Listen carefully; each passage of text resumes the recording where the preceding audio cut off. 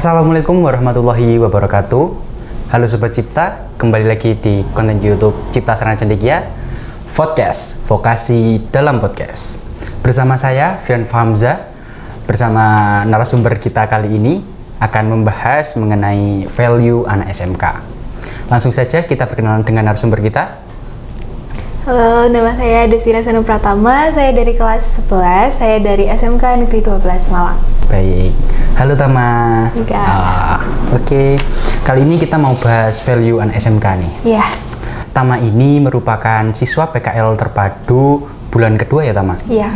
Dari SMKN 12 Malang. Kali ini kita ajak konten nih teman-teman. Langsung saja kita ke pertanyaan pertama. Tama, aku mau tahu nih, apa alasan Tama bersekolah di SMK dan menentukan pilihan di SMKN 12 Malang? Kalau saya sendiri emang dari dulu SD emang suka ke matematika. Nah, waktu SMP saya lebih yakin lagi buat ke matematika, dan waktu pendaftaran saya milih ke SMK 12 karena di Malang ini setahu saya kalau SMK negeri paling deket sama rumah itu SMK 12 Malang gitu. Oh, jadi pilihan Tama buat bersekolah di SMK itu udah yakin dari dulu? Iya. Kemudian untuk jurusannya Tama udah yakin karena Tama suka matematika ya? Iya. Jadi untuk pertanyaan kenapa nggak milih SMA IPA itu udah nggak mungkin ya? Iya. Karena kan Tama udah suka banget dan udah yakin sama SMK. Betul. Kemudian untuk pertanyaan selanjutnya ini aku mau tahu bagaimana awalnya Tama bisa menekuni kompetensi keahlian akuntansi. Kan ini Tama udah tahun kedua ya, udah mau lanjut ke tahun ketiga di SMK. Betul. Kalau saya ya itu tadi, saya lebih suka ke matematika itu tadi. Terus waktu kelas 10, karena pembelajaran secara daring, sebenarnya saya nggak begitu paham sama akuntansi. Masih angkatan pandemi ya? Aduh sama nih, aku juga angkatan pandemi. Itu kayak menghambat saya buat memahami kompetensi keahlian saya. Nah, waktu kelas 11, waktu awal saya masih sibuk-sibuknya sama organisasi. Saya juga masih jarang masuk kelas. Nah, waktu mulai PKL di sini, nah itu saya kayak mulai jernih. Oh, ini akuntansi gitu. Wah. Nah, ini buat teman-teman yang masih buruk pikirannya dan masih jenuh pikirannya sama akuntansi, datang ke PT Cipta Sarana Cendekia buat ikutin program PKL terpadu seperti Tama nih. Jadi kayak lebih bisa tahulah mengenai akuntansi ya. Ya, betul. Kemudian ini Tam, aku mau tanya.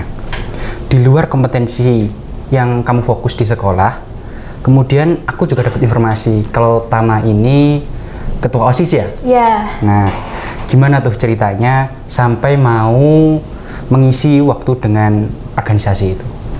Jadi dari dulu kelas 10 tuh saya emang tertarik banget sama OSIS. Selain OSIS saya juga ikut Paskib di sekolah. Nah, di situ kayak saya kelas 10 itu kebetulan jadi sekretaris OSIS. Waktu kelas 11-nya tiba-tiba ditunjuk, oh, kamu jadi ketua OSIS ya, nyalonin. Terus di situ saya kayak buat pemilihannya kan satu sekolah. Nah, di situ alhamdulillahnya saya kepilih. Gitu. Oh, ya alhamdulillah. Tama jadinya udah dari SMP ya ikut organisasi. Organisasi banget ya. Di SMK kan udah 2 periode nggak sih kalau hitungannya? Betul. Nah, kemudian gimana sih menurut Tama itu di organisasi selama 2 periode itu? Kalau saya ngerasain capeknya organisasi, tapi senengnya juga banyak banget. Kayak pelajaran-pelajaran yang saya peroleh dari organisasi itu, apalagi dari SMP, itu saya bener-bener, oh ternyata berguna juga ya gitu. Jadi nggak cuma dapat capeknya aja, tapi senengnya banyak, pembelajarannya banyak gitu. Oh, ini kalau enak mana sih periode pertama sama periode kedua? Kan periode pertama Tama jadi sekretaris kan tadi. Betul. Kemudian yang periode kedua Tama jadi ketua OSIS. Kalau saya sendiri ngerasain enaknya lebih ke periode kedua, walaupun kepotong PKL, saya waktu kelas 10 ini masih daring, jadi kayak susah buat kumpul di sekolah. Jadi kayak cuman di rumah aja, Zoom, terus Google Meet gitu-gitu. Lanjutnya aku mau tanya nih, dengan background akuntansi, karena Tama kan sekarang udah kelas 11 akuntansi ya? Iya. Lalu aktif sebagai ketua OSIS, sekaligus masih tergabung di kelas khususnya Cipta Sarana Cendekia ya? Iya. Lalu apa aja sih tantangan yang Tama rasakan ketika menjalankan itu semua secara bersamaan? Lalu berpengaruh nggak sih ke kehidupan pribadi? Kalau lebih ke pembagian waktunya sih Kak, buat kita ngebagi waktu buat tugasnya kelas khusus, kita ngebagi waktu buat sekolah, kan ada jurnal-jurnal juga, buat laporan juga. Nah, sama ngebagi waktu buat organisasi ini, itu kayak PR banget buat saya. Saya harus bisa ngelawan males saya, buat rebahan saya, gitu-gitu. Terus kayak saya kadang kalau pulang cepet, nah itu saya mampir dulu ke sekolah buat ngeliatin anak-anak gitu. Jadi ada fungsi kontrol juga ya di situ ya. Tama tadi udah jelasin mengenai di organisasi tadi. Nah, aku mau tanya ini berpengaruh kehidupan itu kayak kan kita masih sepantaran nih, masih perlu-perlunya main, ngobrol sama temen, curhat-curhat atau ya main kemana gitu.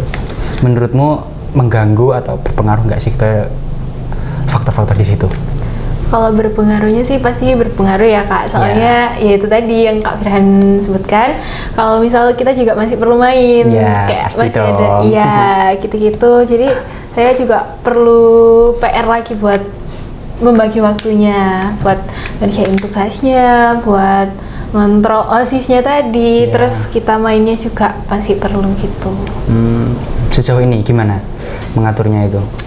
Saya lebih ke kalau misal diajak main tuh jarang banget bisa sekarang. Jadi saya ngerjain tugasnya waktu malam hari, terus kalau sorenya pengorbanan sekali. Iya, mengorbankan waktu tidur. Terus untuk sorenya saya lebih ke ngontrol OSIS tadi, tapi itu nggak yang tiap hari banget, cuman kalau misalnya ada acara-acara aja. Iya. Kemudian ini yang mau kutanyain selanjutnya.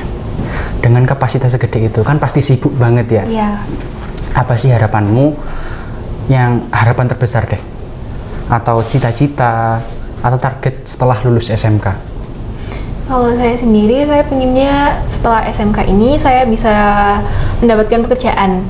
Jadi fokusnya bekerja terlebih dahulu. Iya, betul. Habis itu saya bukan cuman stuck di kerja, tapi saya juga mau mengembangkan diri saya dengan sekolah lagi. Saya juga mau nulisin kuliah saya gitu. Iya. Jadi nanti mau bekerja terlebih dahulu, kemudian dilanjut dengan kuliah. Iya. Nah, di antara keduanya itu yang kemudian jadi targetnya Tama itu apa sih? Saya dari dulu cita-citanya memang jadi pengajar. Jadi pengajar. Iya, betul. Jadi saya cita-cita saya setelah saya nurusin sekolah saya tuh saya pengen jadi pengajar gitu Kak. Sejauh ini udah pernah ngajar atau belum? Kalau ngajar di anak-anak yang banyak banget gitu, saya juga belum pernah. Tapi kalau misal di sekolah ada acara-acara, kadang saya ngisi materi gitu, kalau diminta sama gurunya biasanya. Iya. Ini agak seret gak sih? Iya. Kita boleh minum terlebih dahulu. Silahkan. Terima kasih ya. Kemudian gini nih Tama, kan Tama tadi udah jelasin buat mau jadi pengajar ya. Kalau menurut Tama itu pengajar itu yang gimana sih? Jadi dari SMP tuh saya ketemu sama salah satu guru yang sangat wah gitu menurut saya. Saya bisa tertarik sama matematika tuh salah satunya karena orangnya. Jadi karena orang itu tadi. Iya, jadi orang itu guru SMP. Mungkin anak-anak lainnya tuh kayak aduh males sama orang ini, tapi saya tuh bener-bener lihat kayak miss banget sama orangnya. Jadi orang itu bener-bener kalau ngajarin bisa langsung tek gitu loh Kak. Jadi selain pelajaran yang diajarin sama orangnya kayak matematika itu tadi, tapi ada pelajaran-pelajaran kayak kehidupannya sama orangnya gitu. Jadi nggak terus-terusan yang full sama matematika gitu, enggak. Jadi saya nggak bosen gitu. Nah, terima kasih nih buat guru SMP-nya Tama yang udah menginspirasi Tama. Bahkan hingga saat ini Tama bisa terinspirasi buat ingin jadi pengajar ya Tama? Iya Kak. Karena Tama tadi kan terinspirasi dari guru SMP-nya nih. Iya. Gimana sih kok Tama masih tetap ingin jadi pengajar? Karena kan dari SMP ke SMK sekarang kan udah sekitar ya lebih dari 2 tahun kan. Apa sih yang buat Tama kayak masih ingin jadi pengajar? Atau mungkin masih ada yang buat apa ya, membuat Tama ragu dengan pilihan itu? Kalau ragu sih saya nggak ada ya kak, nggak ada keraguan ya jadinya. Iya, tapi dulu tuh pernah sama orang tua tuh nggak usah wes yang lain aja. Tapi setelah saya yakinin kayak saya pengennya dari dulu ini, gini, itu orang tua udah mulai ya wes terserah gitu. Terus kalau dari SMK ini saya lebih yakin lagi buat mimpi saya jadi pengajar tuh karena di SMK ini juga banyak guru-guru yang hebat gitu loh kak. Oh, jadi lebih menginspirasi lagi. Iya, jadi saya kayaknya mau jadi kayak guru ini deh gitu. Tadi kan kamu bilang karena ada orang tua masih agak berat gitu. Iya. Yang kemudian akhirnya terserah aja. Iya. Ada nggak sih kayak orang tua pengennya kamu jadi apa? Kalau spesifiknya sih orang tua saya nggak pernah menyampaikan, tapi pernah waktu saya pernah bilang saya maunya jadi guru, itu orang tua kayak langsung nggak usah, gajinya kecil gitu. Jadi kayak aduh kok berat gitu. Gitu kak. Terus kayak saya yakin lagi nggak melulu soal uang gitu. Nggak melulu soal uang. Iya. Jadi Tama itu kayak pengen transfer ilmu gitu. Jadi tujuan Tama itu nggak sekedar kayak mau berprofesi jadi keren nih jadi guru, tapi pengen kayak transfer ilmu ke teman-teman atau yang nantinya jadi yang diajar. Iya betul. Jadi kalau menurut saya kalau hidup tuh nggak selalu ngasih makan perut, tapi juga ngasih makan ke jiwa gitu. Nah betul sekali dia. Karena kan kita juga nggak hanya butuh apa ya mengisi perut yang lapar, tapi juga perlu mengisi jiwa yang kosong kan. Oke, selanjutnya aku mau tanya nih, apakah semua yang kamu jalani saat ini, mulai dari kayak ikut organisasi di OSIS, Paskib, kemudian kayak udah punya mimpi jadi pengajar, hingga kayak menemukan di SMK 12, bisa mendatangkan value nggak sih buat kamu, terutama buat ngejar harapanmu tadi?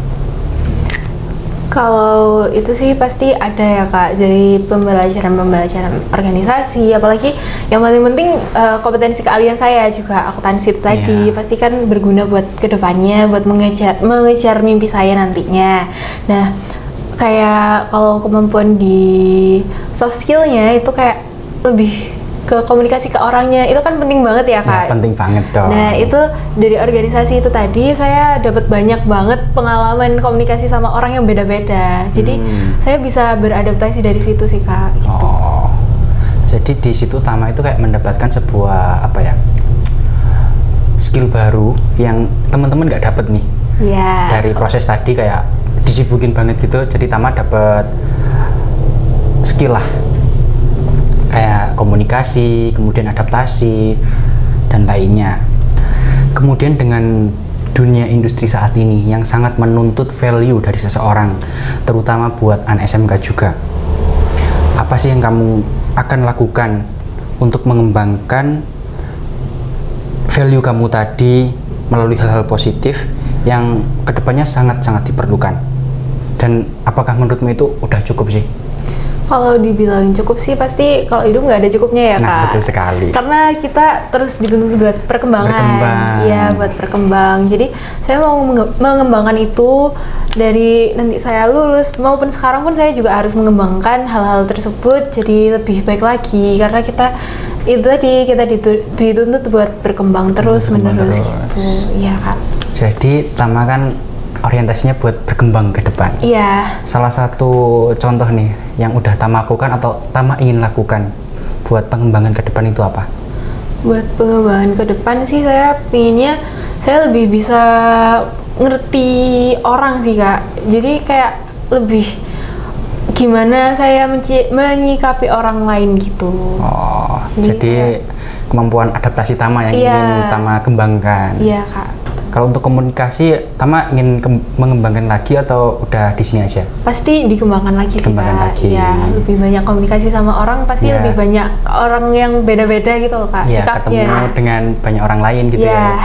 Salah satunya kayak di PKL Terpadu kan, di mana Tama ketemu sama anak-anak dari sekolah lain ya? Iya, ada teman-teman dari Bondowoso, Karanggeneng gitu. Oh, itu jadi buat Tama mengembangkan skill komunikasi lebih baik lagi ya, karena kan kayak ketemu sama orang baru nih. Orang baru bahasanya beda. Nah itu gitu, juga. Iya kak. Selama Tama PPKL nih kan 2 bulan. Iya.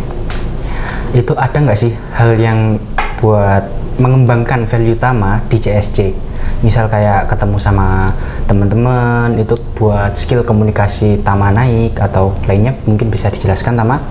Kalau dari lingkungannya sendiri kan udah beda banget Kak ya, dari Ya, tentu di saja sekolah. dong. Iya, di sekolah sama di sini kan beda. Ya. Di sini kita lebih fokus sama akuntansi itu tadi. Jadi Ya. nggak ada kayak pelajaran olahraga kayak Oh, gitu-gitu. iya, Kalau di sekolah iya. kan masih ada. Iya.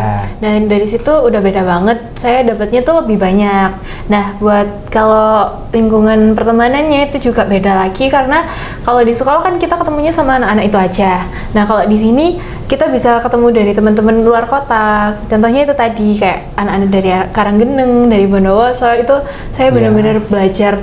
Oh gini, ternyata kalau misal dari luar kota beda bahasa, beda logatnya, jadi lebih mengerti lagi sih. Tuh. Jadi pada dasarnya itu yang Tama dapatkan yang pertama itu kompetensi keahlian yang lebih meningkat ya. Betul. Karena beda sama sekolah. Iya. Kalau di sekolah kan masih ada mata pelajaran yang lain. Sedangkan Iya. di sini kayak kita difokuskan buat ke kompetensi keahlian. Iya. Itu yang Tama dapat banget ya. Iya.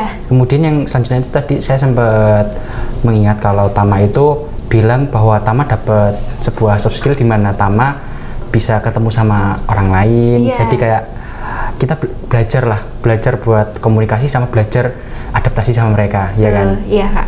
Jadi selain pembelajaran itu tadi, saya juga dapat kayak materi-materi tentang public speaking, sosial media, gitu-gitu dari instrukturnya Cipta. Nah, itu menurut saya membantu banget sih buat kedepannya saya gimana. Jadi dari situ saya dapat banyak banget pelajaran gitu Kak. Kita udah lama banget nih Tam bahas mengenai value anak SMK. Untuk penutup nih, bisa nggak sih Tama kasih pesan nih buat teman-teman atau yang lainnya, buat sobat Cipta pastinya yang lagi nonton podcast? Buat teman-teman, value tuh bisa didapat dari mana aja, nggak selalu di hal yang diinginkan. Jadi kalau teman-teman lagi merasa salah jurusan, jangan terus-terusan stuck di situ, tapi kita juga harus bisa berpikir kalau misal kita bisa mencintai jurusan yang kita pilih sekarang gitu. Terus kalau misal kalian sekarang cuman sekolah aja, itu kalau menurut saya di sekolah tuh banyak banget kegiatan yang bisa diikuti, dan itu pastinya bisa buat pembelajaran kedepannya, buat kita, buat pribadi yang lebih baik gitu sih. Nah itu teman-teman pesan dari Tama ya. Iya. Pastinya untuk teman-teman yang lagi nonton podcast nih, seperti kata Tama tadi, jangan lupa untuk mengikuti salah satu kegiatan yang bermanfaat. Jangan cuma main aja ya Tam. Betul Kak. Oke, kali ini kita udah berada di akhir video.